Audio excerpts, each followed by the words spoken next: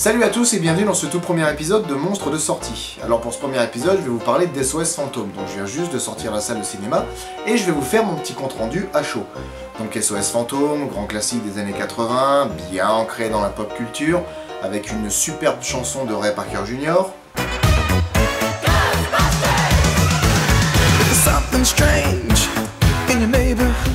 Qu'est-ce que le remake donne? Eh bah c'est simple, personnellement j'ai trouvé que le remake était vraiment décevant. Voilà, j'ai été vraiment déçu par le remake. Alors personnellement j'en attendais rien, d'accord? J'en attendais rien du tout. Bon, j'aime pas trop cette espèce de lynchage médiatique qu'il y a maintenant. Dès qu'il y a une bande-annonce qui sort, direct tout le monde saute dessus et trouve le moyen de dire que le film est super bien, ou alors nul à chier alors qu'il n'y a qu'une bande-annonce de 2 minutes.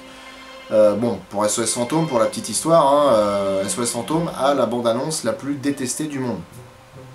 Il y a plus d'1 million de personnes qui ont mis un pouce rouge dessus, sans même avoir vu le film, et tout le monde se permet de dire que le film est à chier. Bon, bref. Le film, effectivement, m'a déçu, parce que déjà, l'histoire, honnêtement, elle est bateau. L'histoire est vraiment bateau. Le méchant, bah, il est tout pourri. Il a... Enfin, la raison pour laquelle il fait ça dans le film est vraiment à chier. L'humour est lourd. L'humour est vraiment lourd. Dans la première demi-heure, il y a des blagues caca, vomi. Qu'est-ce qu'il y a d'autre comme blague encore? Enfin, je sais plus, mais bref. L'humour est vraiment nul. On n'est pas loin d'American Pie. Bon, moi j'aime pas American Pie, donc c'est pour ça du coup que je dis que c'est pas loin d'American Pie. Mais franchement, ouais, l'humour est pas terrible.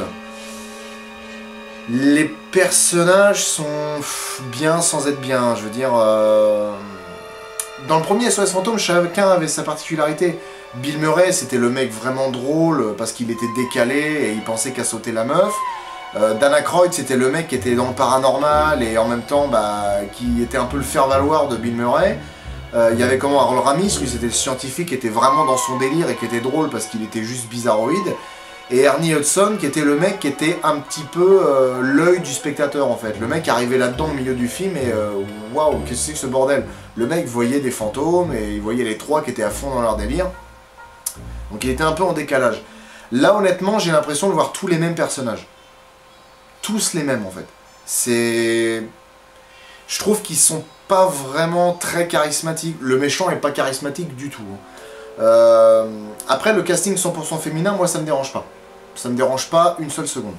Mais par contre, ouais, les personnages sont pas charismatiques, ils ont pas vraiment un truc. Si, à la rigueur, il y a la blonde. La petite blonde dans la bande-annonce qui lèche ses flingues. Bon, déjà, ça, lécher ses flingues, c'est nul. Je veux dire, c'est pas SOS Fantôme. Hein. Tu mets ça dans American Pie, mais tu mets pas ça dans SOS Fantôme. Puis voilà, quoi, je veux dire, les personnages sont pas charismatiques de fou, ils ont pas spécialement de corps, je trouve. Le personnage de Chris Hemsworth, il est affligeant de conneries, c'est démentiel. Je sais pas pourquoi ils ont fait ça. J'ai pas compris. Les dialogues assez souvent sont nuls. Nuls vraiment. Les effets spéciaux sont super bien. Ça par contre, faut rendre à César ce qui est à César. Les effets spéciaux sont très bien. La musique est complètement oubliable. Ils ont massacré le thème, enfin la chanson que Ray Parker Jr. avait composée. En faisant une espèce de truc électro, pop, tout ce que tu veux bien. C'est la grande mode hein, maintenant. Il n'y a que des trucs électro de partout. Je trouve ça vraiment dommage. Après, le film en soi est pas à chier, hein. Tout n'est pas acheté, il y a quand même des bonnes idées, il y a des trucs sympas, il y a quelques blagues qui font mouche quand même. Mais je veux dire, si on est fan d'SOS Fantôme, le film est à oublier. Vraiment.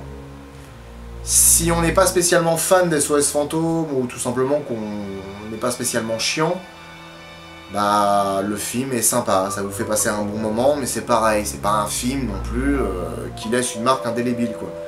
Après je suis d'accord, un remake ça doit pas être non plus un repompage total du premier. Mais je veux dire, quand il y a une atmosphère dans le premier, quand il y a une façon de faire, quand il y a un humour, quand il y a quelque chose, on essaye de suivre un peu le truc, on prend des libertés évidemment. Parce que du coup chaque réalisateur, chaque acteur a sa patte à apporter, a son petit truc. Mais là, sérieusement, j'ai l'impression de voir le même type de comédie depuis 5-6 ans, quoi. Et franchement, ça devient vraiment chiant. Ça devient vraiment chiant, pardon. Certains personnages surjouent à mort. Il y en a d'autres, ils sont là juste pour dire qu'ils sont là. Alors si, ce qui est sympa, c'est le caméo de tout l'ancien casting. Parce que du coup, à quelques personnes près, tous les personnages du premier film sont là. y compris Slimer, le fantôme vert qui mange tout. Sinon, bah voilà quoi, mon ressenti, bah tiens. Voilà, le chat s'invite dans la vidéo, c'est parfait. Ça va peut-être me valoir genre 1000 vues de plus, ça. Hein. Mais plus sérieusement, ouais, mon ressenti sur le film, c'est que le film est vraiment moyen. Enfin non, il est passable, il est bof. Si vous pouvez ne pas aller le voir et le télécharger ou l'acheter en DVD, à la rigueur, faites-le, parce que franchement, ça vaut pas le coup de cacher une place pour ça. C'est vraiment dommage, parce que là, ça fait le 5e blockbuster que je vois, que je trouve vraiment nul. Et ça commence à me faire chier par rapport à Hollywood, parce que je me dis qu'ils peuvent faire des films bien des fois, et que c'est vraiment dommage d'enchaîner les bouses. Voilà. Donc du coup, moi je vous dis à dans une semaine, parce que dans une semaine, je vous ferai un petit compte-rendu sur le film Instinct de survie avec Blake Lively, qui j'espère relèvera un petit peu la moyenne.